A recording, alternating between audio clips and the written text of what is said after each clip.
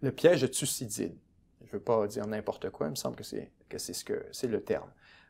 C'est quand tu as une puissance dominante puis qui se sent menacée par la montée d'une autre, elle a tendance à provoquer un conflit militaire pour exploiter sa fenêtre de supériorité pendant qu'elle dure.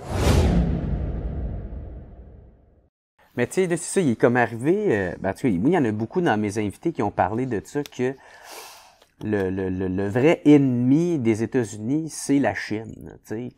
Mais à quel niveau, tu sais, parce qu'il y en a qui parlent beaucoup plus de guerre commerciale, tu sais, une guerre à l'intelligence artificielle aussi, tu sais, il y a énormément d'investissements qui se font là-dedans. Fait que, ouais, c'est ça, peux-tu m'en dire plus sur ça? Je pense pas qu'ils veulent de guerre avec la Chine, vraiment. Là. Je pense guerre kinétique, là, une guerre militaire. Je pense pas que c'est ce qu'ils recherchent. Ils veulent la ralentir? Ils veulent la ralentir et la contenir, puis ils ont largement réussi là, depuis les dernières années. Là. La Chine était vraiment partie pour être une superpuissance du calibre des États-Unis d'ici 2030. La pandémie a fait extrêmement mal. Ensuite, la campagne coordonnée dont je t'ai parlé tantôt, où on a convaincu tout le monde sur la planète que la Chine, c'était pas un partenaire, c'était infréquentable, c'était des génocidaires. On a embarqué les Ouïghours puis les Xinjiang là-dedans, puis on a été loin là, pour te présenter la Chine comme un genre d'URSS moderne, d'empire du mal. Puis ça a réussi. Ironiquement, ça a réussi. Avec l'Occident, du moins, là, avec les pays occidentaux, il y a vraiment une démonisation de la Chine. Les gens ont peur de la Chine, et largement, ce n'est pas justifié.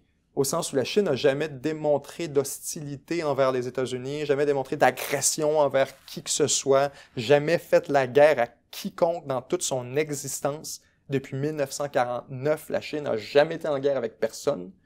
Fait que c'est comme difficile après ça de croire la Chine désire un conflit et les États-Unis désirent un conflit. C'est comme ni l'un ni l'autre en veut un, mais ça pourrait devenir inévitable à cause d'un piège, tout simplement. Le piège, c'est c'est lorsque tu as une puissance dominante qui est menacée par une puissance montante. Le piège de Thucydide. Je ne veux pas dire n'importe quoi, il me semble que c'est le terme. C'est quand tu as une puissance dominante puis qui se sent menacée par la montée d'une autre, elle a tendance à provoquer un conflit militaire pour exploiter sa fenêtre de supériorité pendant qu'elle dure. Que là, je vois, moi, que tu es en train de devenir de plus en plus tough, puis de plus en plus raide, puis de plus en plus tu t'entraînes, de plus en plus. Puis c'est moi le champion, là. Je suis mieux de te provoquer tout de suite dans un défi. Ouais. Tout de suite. Parce que je veux que tu t'entraînes comme un malade, puis je te vois à 5 heures le matin, tous les jours, en train de courir. Puis...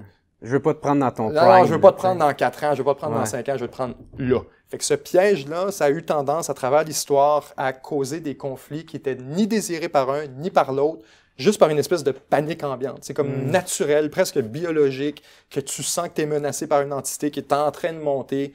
Ta tendance, c'est d'essayer de le contenir d'abord, puis si t'es pas capable, l'écraser, puis essayer de l'arrêter complètement, par tous les prétextes possibles. Fait que là, nous, on a Taïwan, qu'on est comme, là, Taïwan.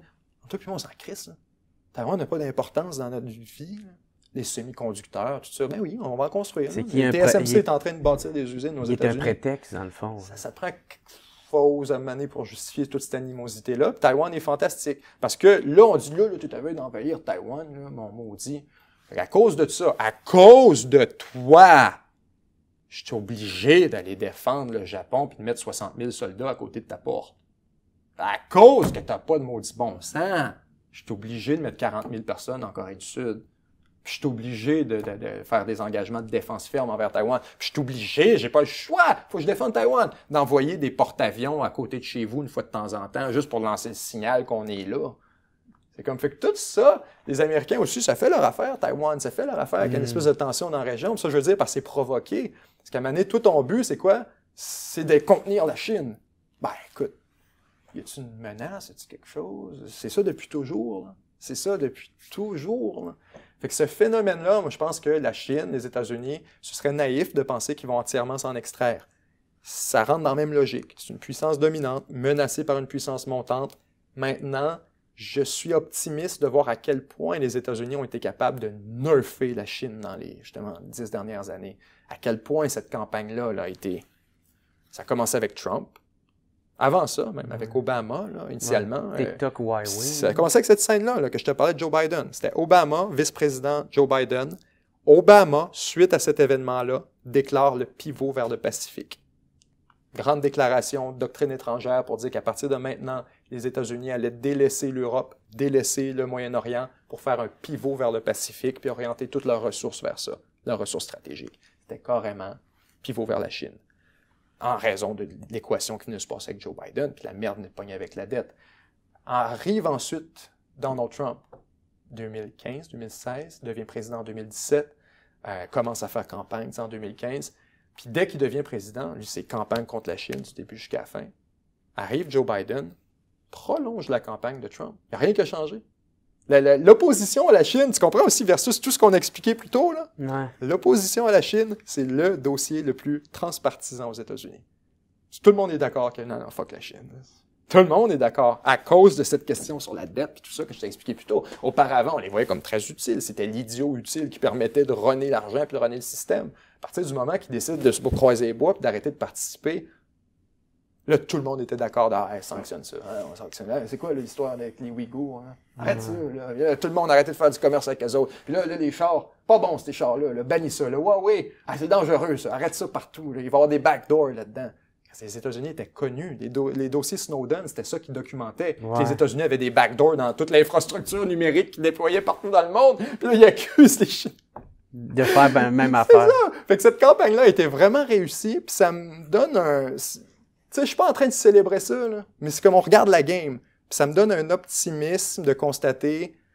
Ça éloigne un peu là, la perspective du piège de Thucydide. On est en train de rétablir le fait que la Chine est un peu plus en posture de décroissance en ce moment, essaie de régler ses propres problèmes, l'économie va pas bien, la prospérité que les gens ont connue là, auparavant, c'est plus dans le même élan qu'on avait. Démographie. Ouais, la démographie, c'est un gros artefact. En fait, l'économie est un artefact un peu de la démographie. Ça va vraiment pas bien. Ça encore, c'est une erreur 195% attribuable au Parti communiste chinois.